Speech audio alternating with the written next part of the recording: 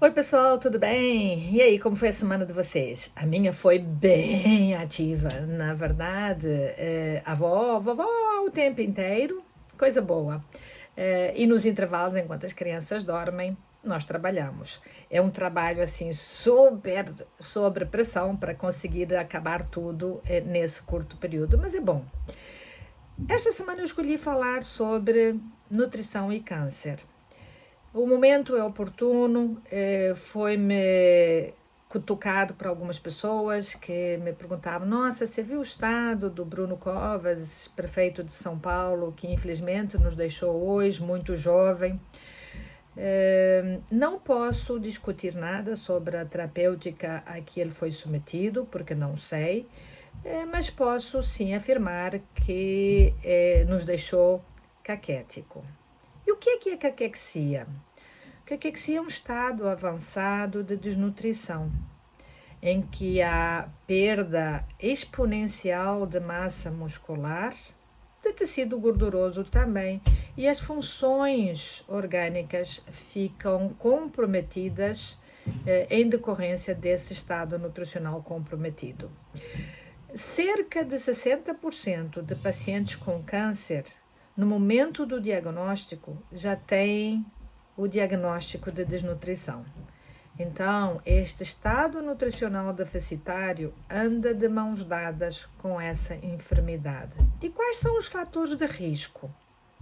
A própria doença, o câncer, causa uma resposta no organismo inflamatória crônica. De acordo com o tipo de tumor, essa resposta é mais exacerbada, mas além disso, há uma produção de uma série de marcadores e de produtos inflamatórios específicos do tumor que também interferem no centro da fome. Então, pessoas com câncer têm falta de apetite, hiporexia ou até mesmo total falta de apetite, anorexia. De acordo com o tipo de tumor, principalmente tumores do trato gastrointestinal, podem ser obstrutivos, interferindo na capacidade de deglutição do indivíduo. O próprio tratamento complementar, seja cirurgia, quimioterapia, radioterapia e até mesmo hormonioterapia, impactam na vontade de comer, na absorção de nutrientes, na utilização desses nutrientes, o que em conjunto aumentam significativamente o risco de um indivíduo com câncer ser desnutrido. O que fazer? A terapia nutricional, sem dúvida alguma, melhora esse estado nutricional. Pode, às vezes, não reverter-se em ganho de peso, mas representa uma interrupção no processo de perda. Mas mais importante do que isso, a terapia nutricional fornece substratos para enfrentar essa tempestade inflamatória, essa diminuição da resposta imunológica. Por isso é tão comum podermos ver e presenciar pacientes com câncer que têm risco aumentado de infecções pulmonares principalmente, mas em outros locais. Então, isso tudo está associado ao estado de nutrição. Qual que seria o momento ideal de avaliar um paciente com câncer do ponto de vista nutricional?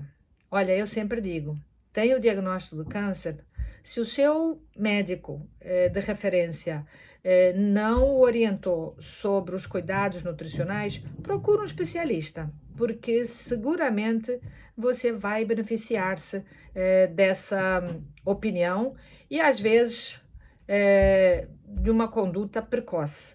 Todo paciente com câncer precisa de terapia nutricional? Olha, a escolha é muito individual, mas sem dúvida nenhuma, se não está a comer para alcançar as necessidades nutricionais, precisa sim. Como avaliar as necessidades nutricionais? Existem várias maneiras de o fazer, não me compete aqui discuti-las, Assim como a intervenção nutricional, também existem várias opções, desde alimentos naturais, mas, por exemplo, condensados, fortificados, até mesmo a divisão de, em vez de uma refeição maior, em alimentos menores. Temos que nos atentar para as alterações de paladar que esses indivíduos têm, principalmente durante rádio e quimioterapia. Então, dar preferência a alimentos que sejam mais ou melhor aceitos por paciente naquele momento, e às vezes existe um momento e logo a seguir existe a tolerância a um outro alimento, ou seja, a proposta terapêutica ela não deve ser única e depois tchau, o paciente não precisa de voltar aqui, não, ela é contínua, a similaridade de todo o tratamento oncológico.